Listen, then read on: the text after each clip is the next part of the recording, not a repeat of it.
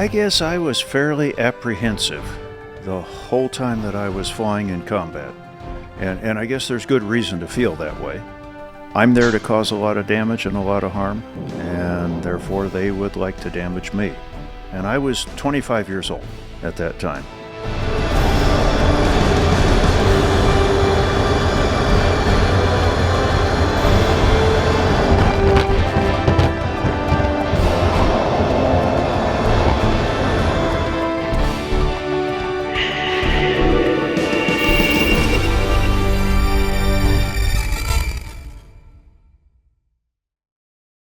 Now, one of the things that my dad had done when he was teaching me how to fly, and I've been very fond of saying, if I have been successful as an aviator, it's because he was the one that taught me how to fly. He didn't just teach me how to fly, he taught me the why of it at the same time. So he was telling me the engineering, he was telling me the structural ramifications of pulling G's, for example, and how airplanes fly. So that was a great start. But then, having the aeronautical engineering degree where you learned about profile drag and induced drag and shockwave drag, transonic drag, all of those things, I'm convinced that made me better prepared to learn how to fly in the Navy when it was time to go through Navy pilot training. So I had not a whole lot of flight experience. I had about 150 hours of flight time before I joined the Navy. But between that and the aeronautical engineering, I had a huge head start. Why Navy? Well, the story of how I wound up in the Navy was a little bit complicated because back in the late 1960s, we had the Vietnam conflict going on. And so the draft was something that was going on.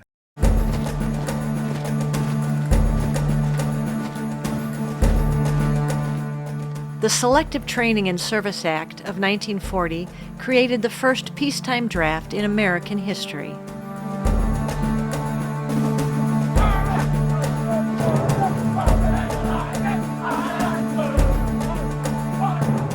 Used to fill the ranks during World War II, it was eventually replaced by the Selective Service Act of 1948.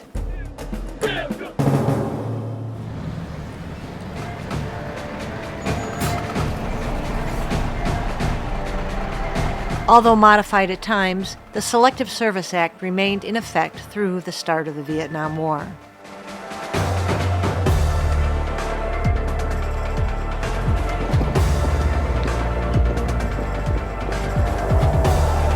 During the Vietnam War, the draft became a hotly contested issue.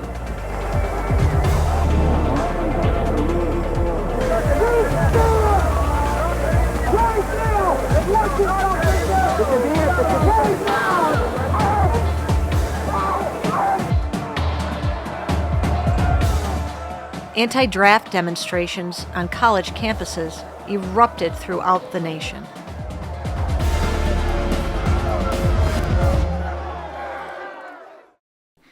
You were only going to have 4 years of college deferment that you could have. And since I transferred from a community college into the 4-year university system, I was out of sequence in one course. It was going to take 5 years to graduate. And so at the end of my 3rd year, beginning of my 4th year, I had to fill out a questionnaire if I was going to graduate in 4 years, and the answer was no. And so immediately the draft came after me, and they were going to draft me out of college, right out of college. And so I figured I'd better go sign up for an officer program because I wanted to fly jet fighters.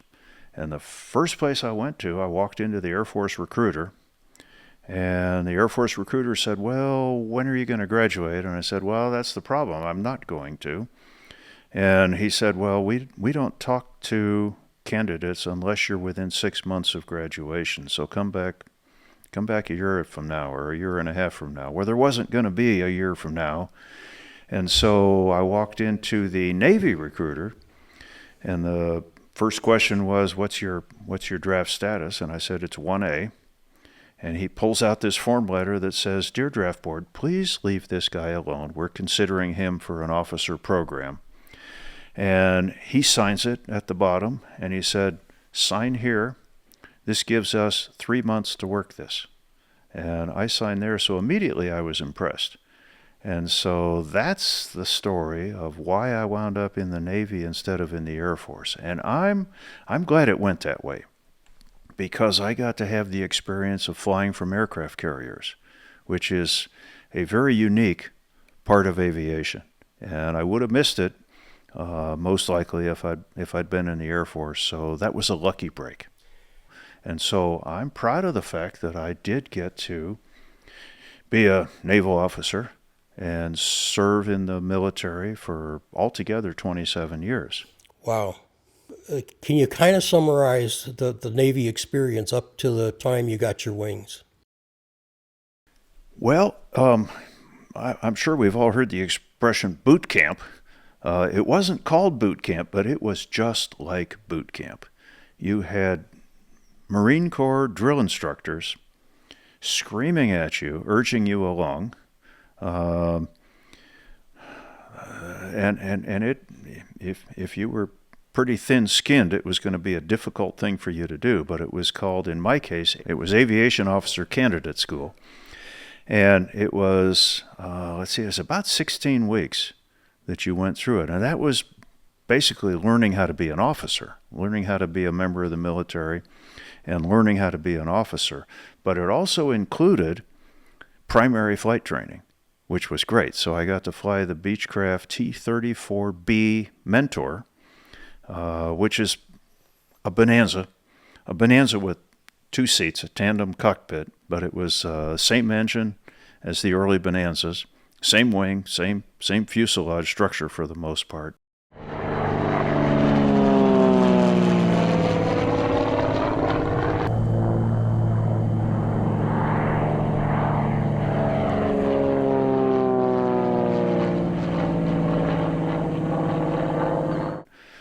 And I got to fly that. That took about 7 weeks to get through the course of instruction. And you wound up soloing the T-34. Of course, I had soloed previously to that and had my private license prior to that. But I got to do that, and that was the course of instruction. And at the very end of it, on the day that you were commissioned, graduated and commissioned from Aviation Officer Candidate School, that same drill instructor that had been screaming at you all those weeks of your training, all of a sudden he was your first salute. And so he got to be the one who rendered your first salute to you. And that was Staff Sergeant Sanders was my drill instructor. Never forget him. Never forgot. Never forget. In the training portion of your Navy career, leading up to getting your wings, what did you learn that you didn't know before you started the Navy program about flying? Oh, so many things. Of course, I had flown general aviation aircraft, and so that was the same as primary flight training. Everything beyond that was much more advanced. I had never flown a jet airplane until I went to the T-2A Buckeye, North American T-2A Buckeye, and that was the first jet that I ever flew.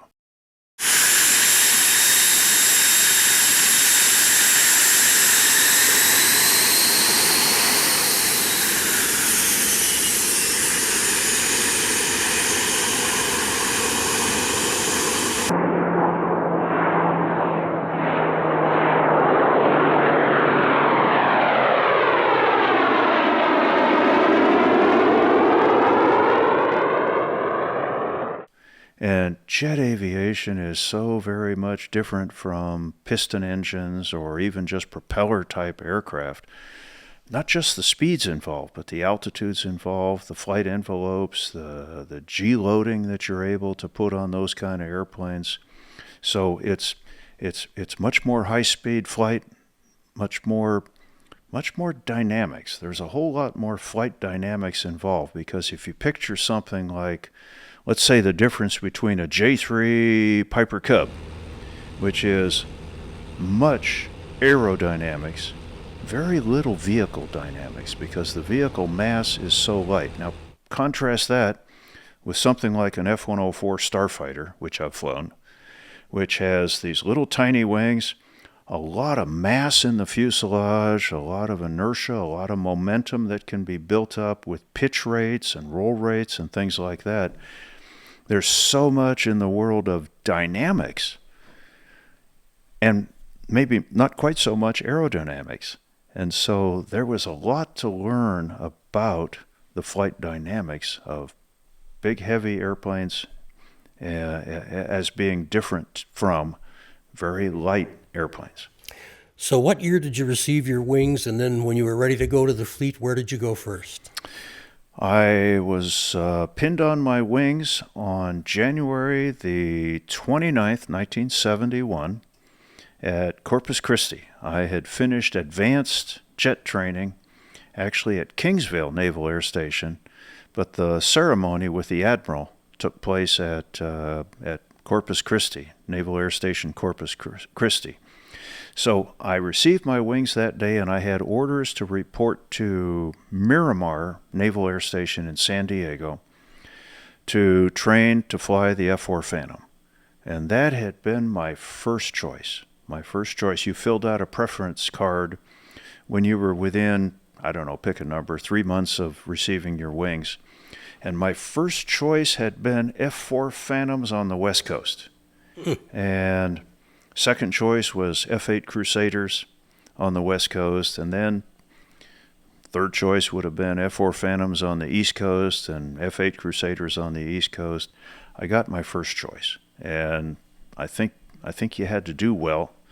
And I think because of the head start that my dad gave me, and the head start that having some flight time ahead of time, and the aeronautical engineering, all of those things, and the model airplanes, let's not forget the model airplanes, I think those gave me a head start, so I did fairly well and got my first choice.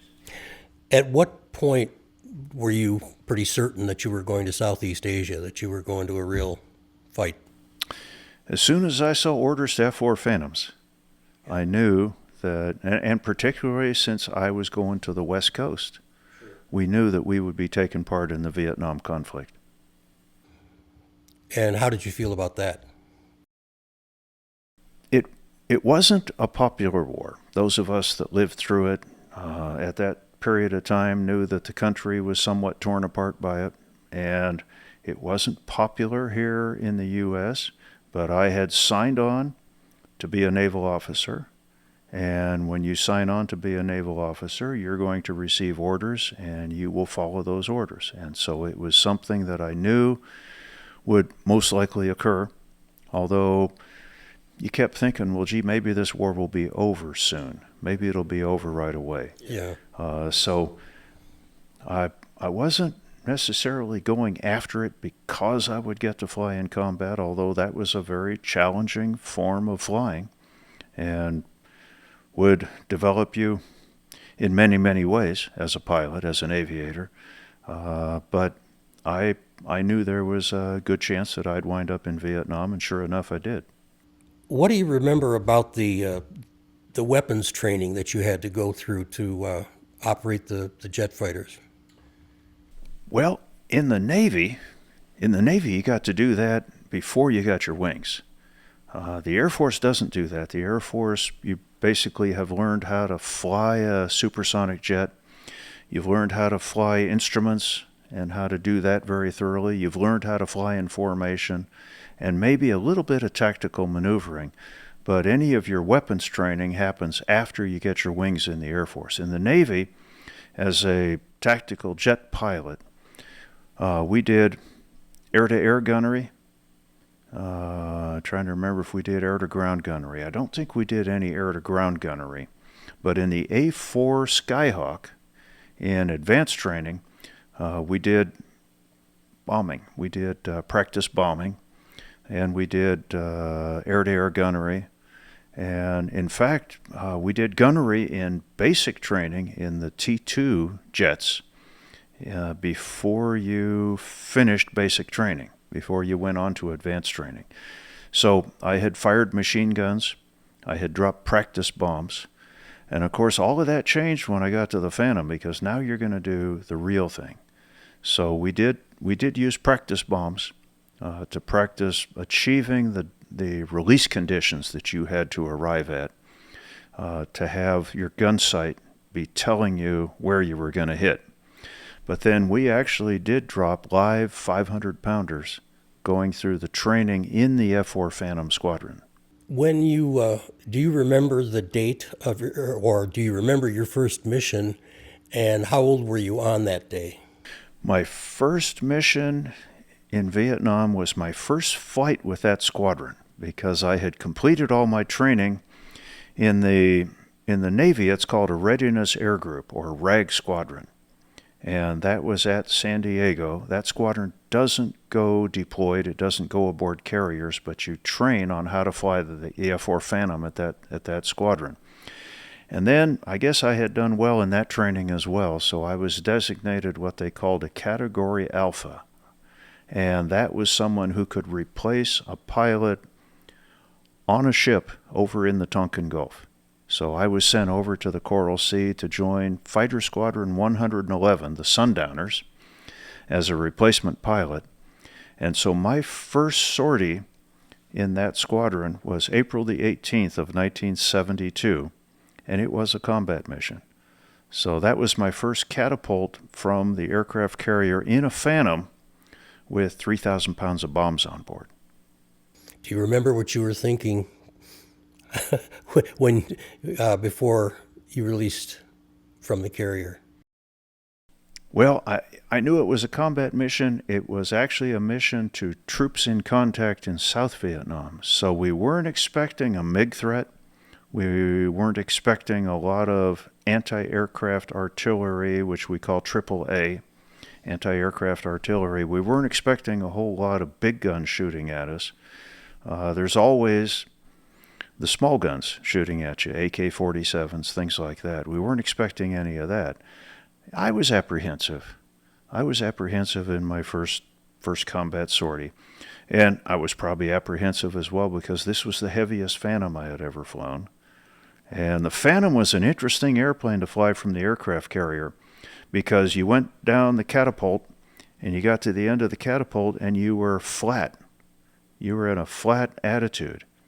And you couldn't rotate until you got clear of the carrier deck.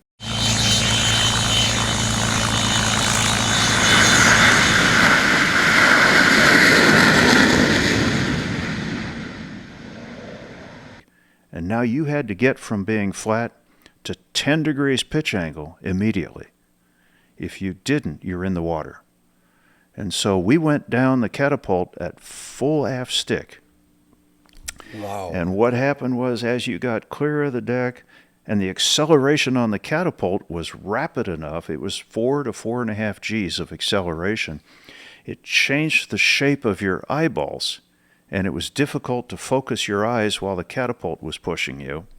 And then once the catapult ended, you had about, 30 feet of deck left, and you're busily trying to focus your eyes. And then once you were off the end, you were sitting there at full aft stick, and you watched the attitude gyro, or you watched outside, and as soon as you saw it start to pitch up, you had to be ready to go to almost full forward stick to stop the pitch rate at 10 degrees. At 10 degrees. But you had to get to 10 degrees. Now, you could over-rotate. That wouldn't generally be fatal, although there have been accidents where somebody over-rotated to 25 degrees high and the airplane stalled and rolled, and that would not be a fun day. Right. But you had to get to that 10 degrees because you're not going to fly away. You're going to be right into the water if you didn't get to that attitude. And so at night, it seemed like I had a tendency to over-rotate because you wanted to get away from that nasty dark-colored ocean. Yeah. And like I say, you could survive a little bit of an over-rotation. You could not survive an under-rotation. By 1972, there were pilots over there who had had some experience in the theater and in those missions. Do you remember anyone in particular trying to give you advice as a new replacement pilot, or saying, here's the thing to making it, to surviving over here? Was there any of that kind of help? Yes, all of them. All of the above, yeah, all of the above. Well, I remember very vividly the squadron commanding officer, Bob Pearl, the executive officer, Bob Rice.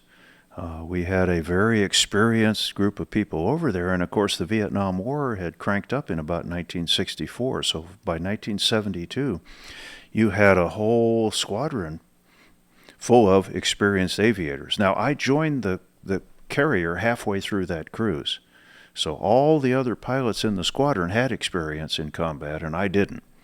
But one of the really experienced pilots was one of the pilots that helped found the Navy's Top Gun school. Jim Rulifson was the operations officer when I got to the squadron. I'm sorry, wait, he wasn't. He was the maintenance officer when I first joined the squadron, and then very shortly after that he became the operations officer.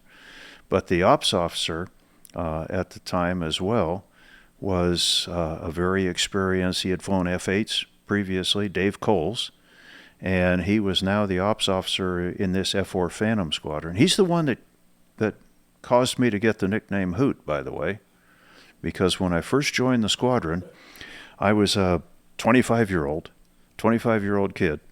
Now, I was experienced. I'd flown the F-4 Phantom in training and been through Navy pilot training. But the way I like to tell the story is that he said, "Okay, kid, you got a nickname?" He didn't call me kid, but he said, "Okay, well, do you have a nickname?" And my real name is Robert, so I said, "Oh, yes, sir, it's Bob." And he said, "No, come on, I mean a real nickname." And I said, "Well, occasionally in the past I've been called Hoot." And of course, that came from the movie star cowboy, Hoot Gibson. So if your last name's Gibson, you're going to get Hoot for a nickname. My dad told me that he, when he was in the Army Air Corps, had picked up the nickname Hoot. And so that's when I got the nickname Hoot. And that went on my name tag on my flight suit.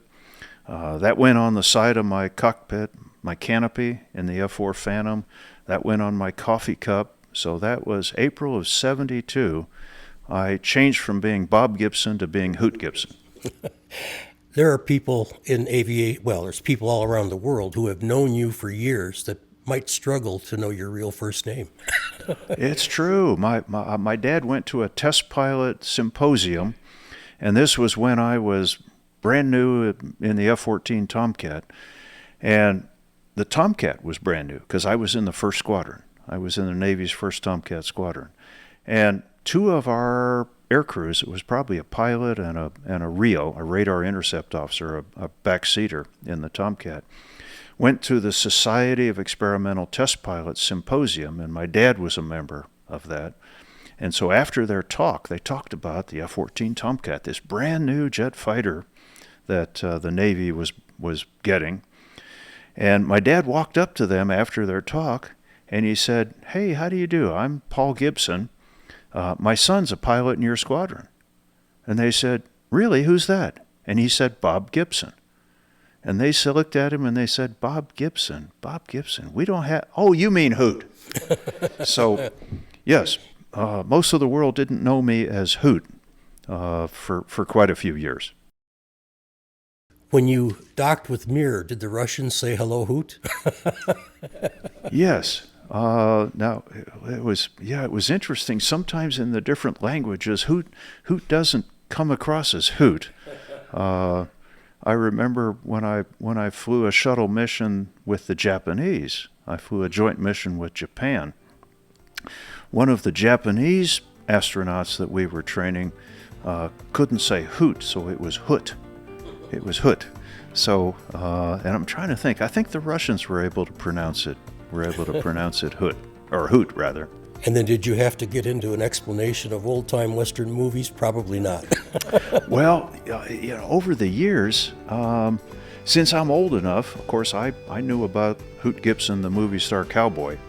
But nowadays, oh golly, none of our young people have ever heard anything about someone named Hoot Gibson who was a cowboy. So I'm always explaining.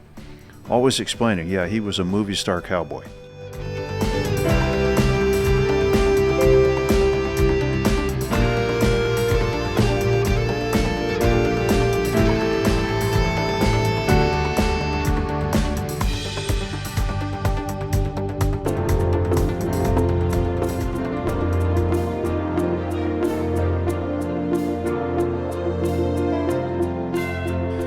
STS-27 was my third launch, and it was only the second launch after the Challenger accident. So we lost Challenger January the 28th, 1986.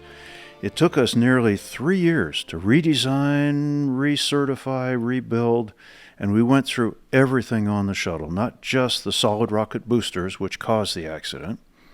We had to redesign those and recertify them for flight. And the folks out in Utah, Morton Thiokol, and Thiokol Incorporated, just did such a brilliant job on the redesign and the way we mechanized the booster rockets after Challenger, that we had just about zero problems with the booster rockets for the whole rest of the Space Shuttle program. But we had to go through everything, not just the booster rockets, the external tank, the orbiter, everything about it. And then we were finally ready to launch again. And the first launch was Discovery, launched in September of 1988. And then I got assigned to command the second launch, STS-27 aboard Atlantis. And that was kind of interesting because I flew the last successful launch before the Challenger accident. And then I flew the second launch after we started up again. I almost flew back-to-back missions. And we were a top-secret, classified Department of Defense mission. So to this day, if I told you what we carried, you could never leave this hangar. So go ahead. I don't want to leave. Never had anybody tell me that before. Careful what you wish for. But yes, it was a top-secret classified mission, and one of the fascinating things about it was that my crew and I got briefed into what our capabilities in space are in terms of the military. And again, it's not weaponry. We don't put weapons in space, so it's not weaponry. But it's intelligence gathering, it's surveillance. And so we were the second launch after Challenger accident, after Discovery had flown in September. We launched on December the 2nd of 1988. So it took us almost exactly 3 years to redesign and rebuild. And it was interesting being a top secret mission because there was a ton of press and media interest in the flight before mine, STS-26. And now here comes a top secret mission. Don't try to ask us any questions because we won't tell you anything. We can't cover what we're covering on this mission. And we're trying to avoid the press. And the press was just ferociously interested in anything Space Shuttle after the Challenger accident. In fact, the press had changed overnight. Prior to Challenger, the press talked about NASA and they said, okay, well, NASA says they're going to do this and they're NASA, so they will do it and they'll make it work. They'll pull it off. That'll be we're forecasting success already. After Challenger, they flip-flopped. They were the opposite. It seemed like no matter what we were doing, they questioned it all. They were not agreeing that we were just going to go accomplish what we were going to go accomplish. But even so, they sure wanted to be there for every little thing on the mission. So we actually tried to launch on December the 1st of 1988, and the winds up at altitude were raging. So this was December, so we've got winter winds up there.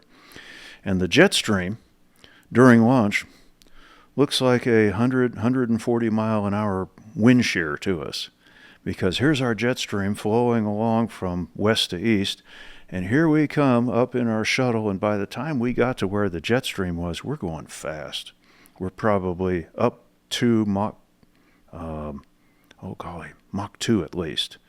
And so it looks like a sudden wind shear. So December the 1st, we had winds that were out of limits. We can launch if our structural indicators say we've got 100% design load. We can launch at 100%. We can't launch at 101% design load. So on December the 2nd, we sat on the launch pad for about 4.5 hours and used up the whole entire launch window hoping for the winds to die down. And right about the end, when it looked like we're not going to get to launch today either, the winds died down enough to where they concluded that we are at 100% design load. Okay, we can launch. So we launched, and we had very little time left. I want to say seconds, maybe 30 seconds left in the launch window. So we just barely made it into space that day.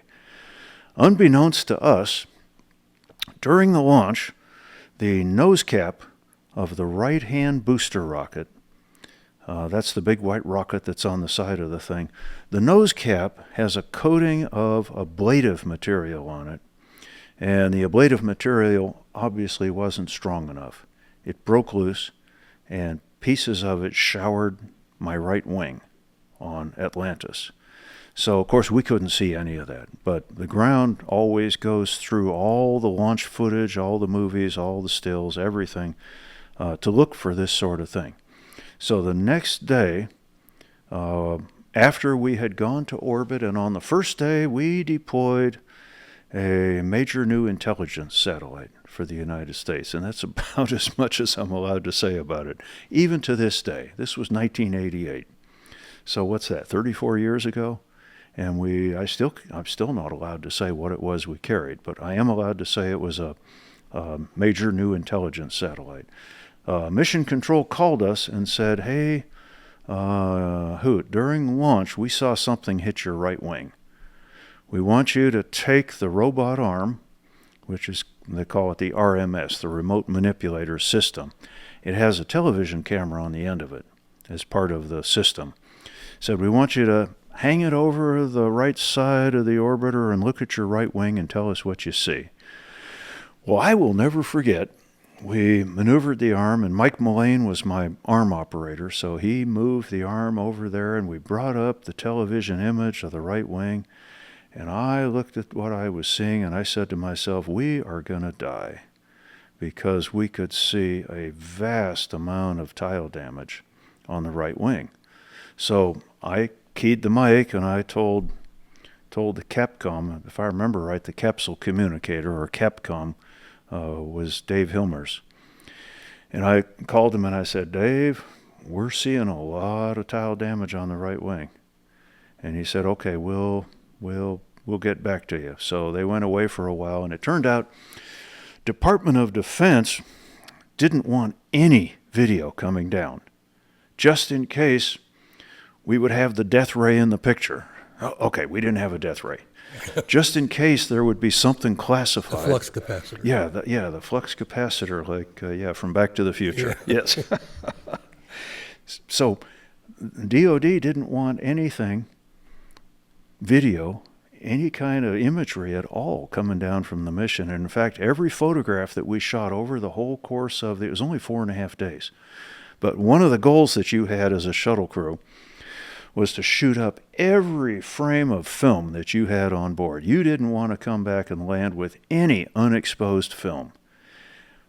But DOD had to go through every single frame with a microscope and make sure there was nothing classified that accidentally showed up in any of these things. So, for example, a shot looking out the window of the Earth and a particular point on the Earth, if somehow the time of that frame showed up in the frame, that was going to be a classified item, because where we were at any particular time was going to be secret, although you could pretty well tell where we were. But anyway, so DOD finally relented and said, okay, since you really need to take a look at your right wing, we'll let you send down encrypted video. Okay, well, encrypted video isn't very good. It doesn't have very good resolution. And I guess what it does, it shoots a frame, and it takes about 3 seconds to encrypt it and record it, and then another frame, another 3 seconds. So the resolution was so poor that down on the ground, unbeknownst to us, Mission Control looked at it and said, that's not tile damage, that's just lighting and shadows that these boys are looking at. Hoot's all screwed up. Well, did they ever tell us that? No. They came back, I guess after 24 hours, because I think they looked at it for a full day before they came back. And Dave Hilmers called and said, "Okay, hey Hoot, we've got the resolution on your tiles." And I said, "Okay, yeah, great. Go ahead, Dave. What?" He said, "It's no problem. Just re-enter just like we always do." Well, I was incredulous. I couldn't believe it. And I keyed the mic and I said, "Dave, what are they basing that on?" And he said, "Okay, well, stand by," because he had to get the rationale from the engineers and all. And he came back about 10 minutes later and he said, "Hoot, they looked at it and they said it's no worse than what we've seen on other missions." Notice they did not say, "We don't think you're seeing tile damage. We think you're just seeing lighting and shadowing." They didn't say that. So this is called a failure to communicate. Now, I think I was communicating because I said, "Dave, we're seeing a lot of tile damage on that right wing." So they came back and said, "It's no worse than what we've seen before." Well, I said, "Well, you know what? I've been here since before STS-1, the first shuttle launch, and I've never seen anything like this." And then I did something that I shouldn't have done. I kind of gave in. I said, "Okay, but you guys are the experts." I should have dug my heels in and said, "Hey, let's talk about this," because I'm definitely seeing serious tile damage. But I think the big failure to communicate was on mission control.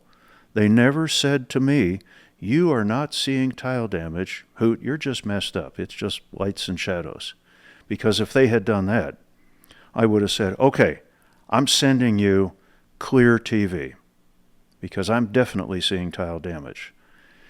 But I caved in because it was always, and still is, considered bad form for an astronaut to get into an argument with mission control. In fact, it's career limiting for you to get into a contest, a fighting contest with mission control. So I gave in, and I shouldn't have. I should have made them talk about it some more. And so there were some funny things that came out of it. The night before re-entry, I remember one of the astronauts was talking about how he was a little bit more than nervous about this re-entry tomorrow. And I said to him, "Oh, come on, don't feel that way. No use dying all tensed up." And so, this is fighter pilot humor, or gallows humor. Gallows humor. And however, all the way down on re-entry, I was watching the elevons. I can see right where the left elevons are and where the right elevons are on my display. And I knew that if we started to burn through the right wing, what I would see is we would build up more drag on that right wing. And to balance the amount of drag, the left elevon would be going down. And that creates drag. That's how we create drag with an elevon at this 40-degree angle of attack that we fly re-entry at. And so all the way down, I have the audio that I made from the re-entry, that we made, the crew made for the re-entry. And all the way down in the atmosphere, about every 2 minutes, I'd say, "Guys, the controls look good. The elevons look good." So we watched them all the way down, because I knew what I'd see is I'd see a split. The right elevons would be going up, the left elevons would be going down. Oh, an elevon is a combination aileron and elevator, so that's why it's called elevon. So that's what we have on the trailing edge of both wings. I'd see the right elevon going up and the left elevon going down. And if that happened, I knew that I might have 60 seconds to tell Mission Control what I thought of their analysis. But fortunately, all the way down, the elevons stayed matched. So that said to me, I'm pretty sure we're not burning through over on the right wing. But after we landed, there was amazement. There was absolute amazement. We had damaged 770 tiles. And I think 300 of them were serious damage to the tiles, chunks bigger than an inch that were chopped out of the tiles. And just for perspective, what percentage of the tiles is 770? It's not a real big percentage, but it was over on the right wing. It's enough to destroy the shuttle. Over on the right wing, oh, absolutely. And even more than that, John, we had one tile that was entirely missing, which we had not been able to see with the robot camera, with the RMS camera. We had not been able to see that we had one tile entirely gone, and we almost burned through at that location. We lucked out many, many ways that we came back at all, but we lucked out in that particular location where that tile had been mounted. There was a thick plate under it that had something to do with a ground plane antenna for the L-band system. So there was a thicker plate there, and it didn't burn through. If it had just been the regular aluminum surface, I suppose there's a chance that that might have burned through. And if that had happened, we might have been the Columbia accident on only the second launch after the Challenger accident. And if we had broken up at Mach 17, which is where Columbia broke up in 2003, if we had broken up at Mach 17, where were we? We were in the North Pacific, just south of the Aleutian Islands. We would have gone into the ocean when we broke up. There wouldn't have been much to find. That would have been the very end of us, of course, but it would have been the end of the shuttle program, because the discussion would have sounded like this. We gave you guys all this money to fix your space shuttles, and you lost the second launch after you started up again. It's the end. We can't afford to keep doing this. It would have been the end of the shuttle program. It would have been the end of us, of course. But where was the big mistake? The big mistake was Mission Control didn't tell us what they were thinking. We definitely told them what we were thinking. And that's an important lesson for leadership and for communication. Tell what you're thinking. And I gave in, and I shouldn't have done that. I should have said, hey, you need to talk to me a little bit more about this, because I'm pretty darn sure that I've never seen anything like this before. So I guess I'm partly to blame for us entering that way without knowing that Mission Control could have possibly looked at something. Maybe there was something we could do to fly a more gentle reentry. I don't know. When you got down and saw that tile damage, did you have to keep your hands in your pockets to keep from punching somebody in the face? Well, no, because, we wouldn't have known who to punch. There probably would have been too many people for us to punch. But in the debrief, this won't give us any great satisfaction whatsoever. I asked the lead ascent and entry flight director, who was responsible for mission control as the leadership in mission control. I asked him in the debrief, I said, okay, if you had listened to us and paid attention to what we were saying and realized that we did have serious tile damage, what do you suppose we could have done? And he said, I don't know. And that was as far as it went. So what did we do after STS-27? The only thing we fixed after STS-27 was we went to a stronger ablative. Remember several minutes ago I mentioned the ablative on the nose cone of the right booster rocket disintegrated. They went to a stronger ablative, so we had no more problems with that ever again. I don't know what an ablative is. Oh, that's a material that will erode under real high temperature and burn off very gradually. All the original Mercury, Gemini, and Apollo spacecraft had an ablative heat shield. So it would burn and char, and then the char would break away, and then the next layer would burn and char and break away. And that was how you protected the aluminum surface of the vehicle. So that was to protect the booster rocket nose caps, because those could be reused. So, or just to protect, I'm not sure those can be reused, but it was to protect the rate gyros and things that would be up in the nose cone of the booster rocket. We went to a stronger ablative. We did not say, okay, if this happens again and we had to repair some tiles or repair a missing tile, could we do that? We had looked at it very briefly. NASA had looked at it very briefly before the first shuttle launch, STS-1, because after the trouble we had flying Columbia from California to Florida and had all these tiles come loose, there was talk about, okay, what if we get up there in space and there's a bunch of missing tiles? Can we come up with a putty that we could putty up that gap, That was done a little bit before STS-1, but then we saw that our tiles worked okay, so we never did anything else about it. So even after we had lost a tile, we never looked into what could we do to replace a tile on orbit. So we weren't prepared for this, and we weren't prepared when we lost Columbia either. And we didn't look into Columbia as thoroughly as we should have. Maybe there was something that we could have done.